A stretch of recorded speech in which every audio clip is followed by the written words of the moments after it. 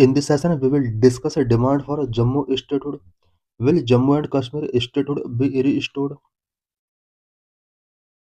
Lecture is important for GS paper 2. Why in news? Ladakh leaders press for statehood. Talk with the Home Ministry remain inconclusive. Ladakh paper Ladakh को statehood given करने के लिए demand कर रहे हैं। Recently home ministry के साथ इनका टॉक हुआ है, बट ये टॉक इनकंक्लूसिव रहे हैं। The leaders demanded the unconditional release of climate activist Sonam Wangchuk and others who were detained after the September 24, 2025 violence in Leh city. Ladakh leaders का ये भी डिमांड है कि क्लाइमेट एक्टिविस्ट सोनम वांगचुक को अनकंडीशनली रिलीज किया जाए। Ladakh, which was turned into a UT in 2019, has been protesting for statehood and tribal status under the sixth schedule of the constitution. Ladakh 2019 में इसको एक यूटी स्टेटस गिवन किया गया। 2019 से अब तक कंटिन्यू इसको स्टेटहुड गिवन करने के लिए एंड सिक्स शेड्यूल में इंक्लूड करने के लिए प्रोटेस्ट चल रहे हैं। Should Ladakh get statehood? What are demands of Ladakhi people? Ladakhi people की मेन डिमांड्स क्या क्या हैं? For the past 5 years, civil society groups have been demanding protection of land, resource and employment for Ladakh. Last 5 years है continue Ladakh की civil society group Ladakh के land resources and Ladakh में employment के protection के लिए डिमांड कर रहे हैं। The special status of Jammu and Kashmir under article 370 vote read down by parliament on August 5, 2019 and the state was split into two UTs, Jammu and Kashmir and Ladakh, the latter without an assembly. Article 370 के अंदर Jammu and Kashmir को जो special status given किया गया था, मिला हुआ था पहले, उसको पार्लियामेंट के द्वारा 2019 में रीडाउन कर दिया गया। इसके बाद जम्मू एंड कश्मीर को टू यूटीज में स्प्लिट कर दिया गया, जम्मू एंड कश्मीर एंड लद्दाख। लद्दाख में असेंबली का प्रोविजन नहीं किया गया है, जबकि जम्मू एंड कश्मीर के अंदर स्टेट असेंबली प्रोविजन की गई है। The fear of big business and conglomerates taking away land and jobs from the local people led to this demand. As per 2011 census, the total population of Ladakh was 2,74,289. Census 2011 के according Ladakh की population 2,74,289 है। They had mainly four demand, इनके mainly four demand है। Number 1, inclusion of Ladakh in the sixth schedule of the Indian constitution. Number 2, statehood. Number 3, separate Lok Sabha seat for Leh and Kargil. Number 4, filling of existing government vacancies. Mainly इनके four demand हैं, जिनमें first demand जो है लद्दाख को sixth schedule status given करना है। अगर sixth schedule status इन्हें गिवन कर दिया जाएगा, देन इन्हें ट्राइबल स्टेटस गिवन कर दिया जाएगा और इनके लिए फैसिलिटीज इंक्रीज कर दी जाएंगी। सेकंड, ये लद्दाख को स्टेटहुड गिवन करने की डिमांड कर रहे हैं, इसको फुल फ्लैड स्टेट बना दिया जाना चाहिए। थर्ड, लोकसभा की 2 seat, specially Leh and Kargil के लिए यहाँ पर लोकसभा की 2 सीट का डिमांड कर रहे हैं। फोर्थ, एग्जिस्टिंग गवर्नमेंट वैकेंसीज को फिल करने की डिमांड कर रहे हैं। How statehood in India is granted? किसी भी स्टेट को स्टेटहुड किस तरह से ग्रांट किया जाता है? Statehood in India is granted by Indian parliament. Statehood grant करने का जो मेन एक्ट है, ये पार्लियामेंट का है। Under the provision of act 2, article 2 and article 3 of constitution, parliament has the sole authority to create a new state, admit a new state और form new state by altering the boundary, names और areas of existing state. Article 2 and 3 के under parliament को empower किया गया है कि किसी भी स्टेट को अगर क्रिएट करना है, न्यू स्टेट अगर क्रिएट करना है, न्यू स्टेट एडमिट करना है, एग्जिस्टिंग स्टेट के बाउंड्री, नेम और एरिया को अल्टर करके न्यू स्टेट फॉर्म करना है, देन ये पार्लियामेंट को अथॉरिटी गिवन की गई है। A bill is introduced in either house of parliament requiring prior presidential recommendation and a simple majority vote for passage. किसी भी न्यू स्टेट को बनाने के लिए, किसी न्यू स्टेट को एडमिट करने के लिए, स्टेट को अल्टर करने के लिए पार्लियामेंट के किसी भी हाउस में एक बिल इंट्रोड्यूस करना नेसेसरी है और इसके लिए प्रेसिडेंट का प्रायर परमिशन टेकिंग करना होगा। इसके बाद सिंपल मेजोरिटी से वोट कराना होता है। इट मीन्स यहाँ सिंपल मेजोरिटी का प्रोविजन किया गया है किसी भी न्यू स्टेट को बनाने के लिए, एडमिट करने के लिए या स्टेट को अल्टर करने के लिए। Constitutional framework article 2 grant parliament the power to admit into union और establish new state. New state को एस्टैब्लिश करना है या किसी अदर स्टेट को एडमिट करना है, आर्टिकल 2 के अकॉर्डिंग पार्लियामेंट को पावर ग्रांट की गई है।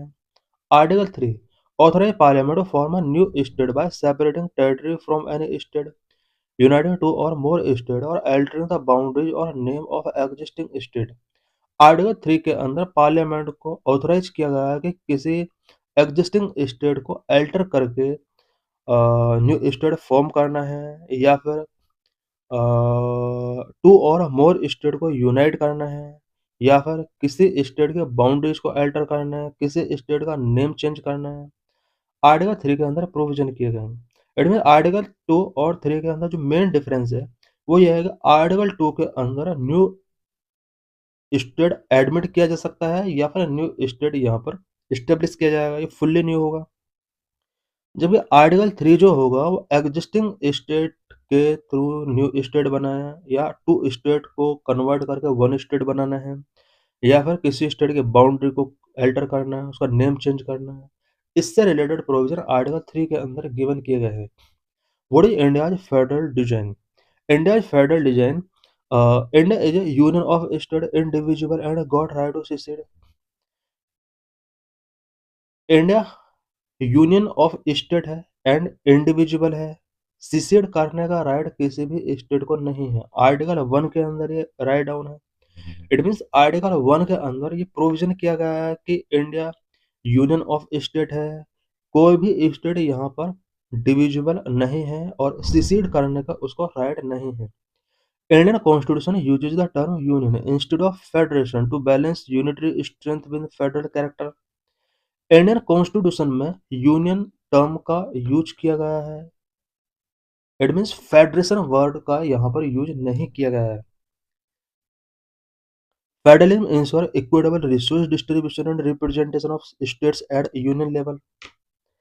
फेडरलिज्म इंश्योर करता है कि रिसोर्स का इक्विटेबल डिस्ट्रीब्यूशन किया जाए एंड साथ ही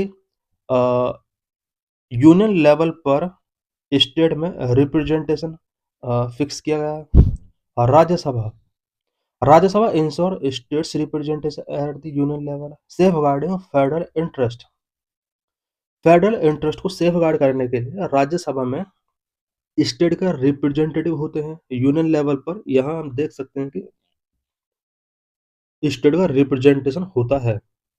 federalism is part of constitution's basic structure so it can not be abrogated. Federalism constitution के बेसिक स्ट्रक्चर का पार्ट है और इसको एब्रोगेट नहीं किया जा सकता।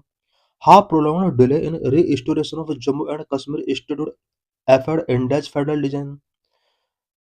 जम्मू एंड कश्मीर को स्टेटहुड गिवन नहीं किया जा रहा है। इससे क्या फेडरल डिजाइन एफर्ट हो सकता है? Jammu and Kashmir reorganisation act 2019 transform the region into 2 UTs Jammu and Kashmir and Ladakh.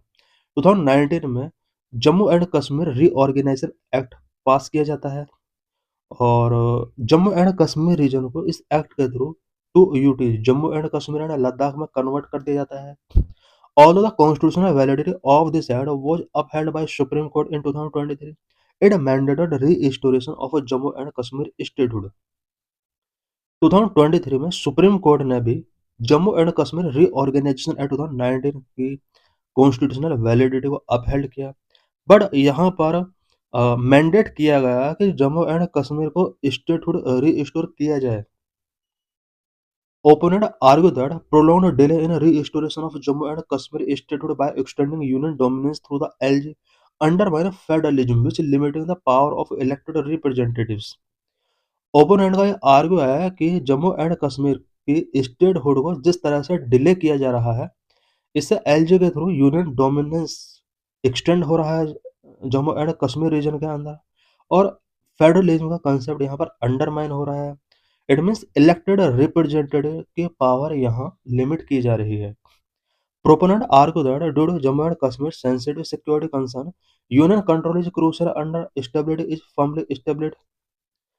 Proponent का ये आर्गो रहा है कि जम्मू एंड कश्मीर में कुछ सेंसिटिव सिक्योरिटी कंसर्न है और यूनियन कंट्रोल वहाँ पर बहुत ही इम्पोर्टेंट है जब तक कि वहाँ पर स्टेबिलिटी इंश्योर नहीं हो जाती है। Importance of restoring statehood. Jammu and Kashmir में स्टेटहुड रीस्टोर करने का क्या इम्पोर्टेंस होगा? Number one, restoring statehood Jammu and Kashmir reaffirm India's commitment to federal integrity by promoting shared governance between union and state. Number two, it empowers the elected assembly and enhances democratic right through better representation and accountability. Process for restoring statehood. Statehood restore करने के लिए क्या process होगा? Require repealing the Jammu and Kashmir reorganisation act 2019। Jammu and Kashmir को अगर statehood हमें restore करना है तो इसके लिए पहले Jammu and Kashmir reorganisation act 2019 को रिपील करना होगा। Restoring statehood to Jammu and Kashmir would require repealing the Jammu and Kashmir Reorganization Act and introducing a new bill in Parliament. Parliament में new bill introduce करना होगा। Under Article 3, Parliament can form a new state from existing territories with the President recommendation, who act on the advice of the Council of Ministers. इसके लिए article 3 का use करना होगा। It means अगर हमें Jammu and Kashmir को स्टेटहुड गिवन करना है देन कॉन्स्टिट्यूशन का आर्टिकल 3 हमें यूज करना होगा। इट मीन्स पार्लियामेंट को अगर न्यू स्टेट बनाना है फ्रॉम एग्जिस्टिंग टेरिटरीज, इसके लिए हमें आर्टिकल 3 का यूज करना होगा और प्रेसिडेंट की यहाँ पर प्रायर रिकमेंडेशन की नीड होगी। प्रेसिडेंट काउंसिल ऑफ मिनिस्टर्स के एडवाइस के बेस पर वर्क करता है। इट मीन्स यूनियन गवर्नमेंट के एडवाइस बेस पर वो वर्क करता है। Examples of granting statehood to UTs in India. India में पहले भी वेरियस यूटीज को स्टेटहुड गिवन किया गया है आर्टिकल 3 के अकॉर्डिंग। हिमाचल प्रदेश इन 1971, हिमाचल प्रदेश, मणिपुर, त्रिपुरा, अरुणाचल प्रदेश, मिजोरम, गोवा ये पहले यूटी हुआ करते थे, बाद में इन्हें स्टेटहुड गिवन किया गया। हिमाचल प्रदेश को 1971 में स्टेटहुड गिवन किया गया।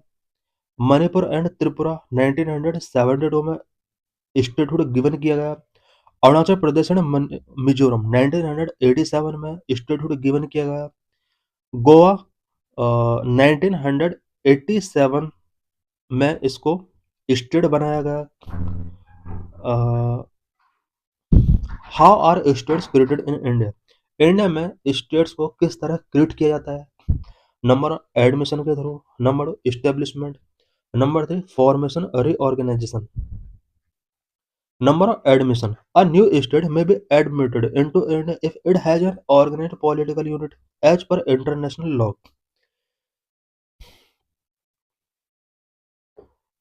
कोई भी यूनिट जिसका पहले से ही एक ऑर्गेनाइज्ड पॉलिटिकल यूनिट है उसको इंडिया में न्यू स्टेट के तौर पर एडमिट किया जा सकता है और इसके लिए आर्टिकल 2 का यूज हमें करना होगा। इंटरनेशनल लॉ के अकॉर्डिंग ही इस तरह के न्यू स्टेट को एडमिट किया जा सकता है। For example, Jammu and Kashmir accession via the instrument of accession in 1947।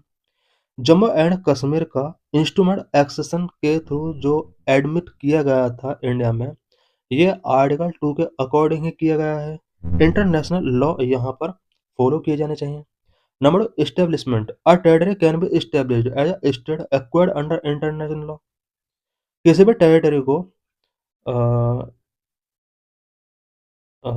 Establish किया जा सकता है इंटरनेशनल लॉ के अकॉर्डिंग और स्टेट उसको एक्वायर कर सकता है। अगर स्टेट ने किसी टेरिटरी को एक्वायर किया है देन यहाँ पर उसको इस्टेब्लिशमेंट के अंडर काउंट किया जाता है। For example Goa and Sikkim. Number 3 formation reorganisation. Under article 3 of the constitution existing state can be reorganised. Constitution का आर्टिकल 3 के अंडर एग्जिस्टिंग स्टेट को रीऑर्गेनाइज किया जा सकता है। Parliament can form a new state by separating और merging territories, increasing or diminishing a state area, and altering the boundaries or name of state. For example, formation of Telangana and Andhra Pradesh.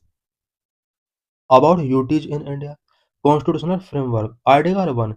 India is a union of states including UTs. Article 1 में ये write down है कि India union of state होगा। यहाँ पर UTs भी include हैं।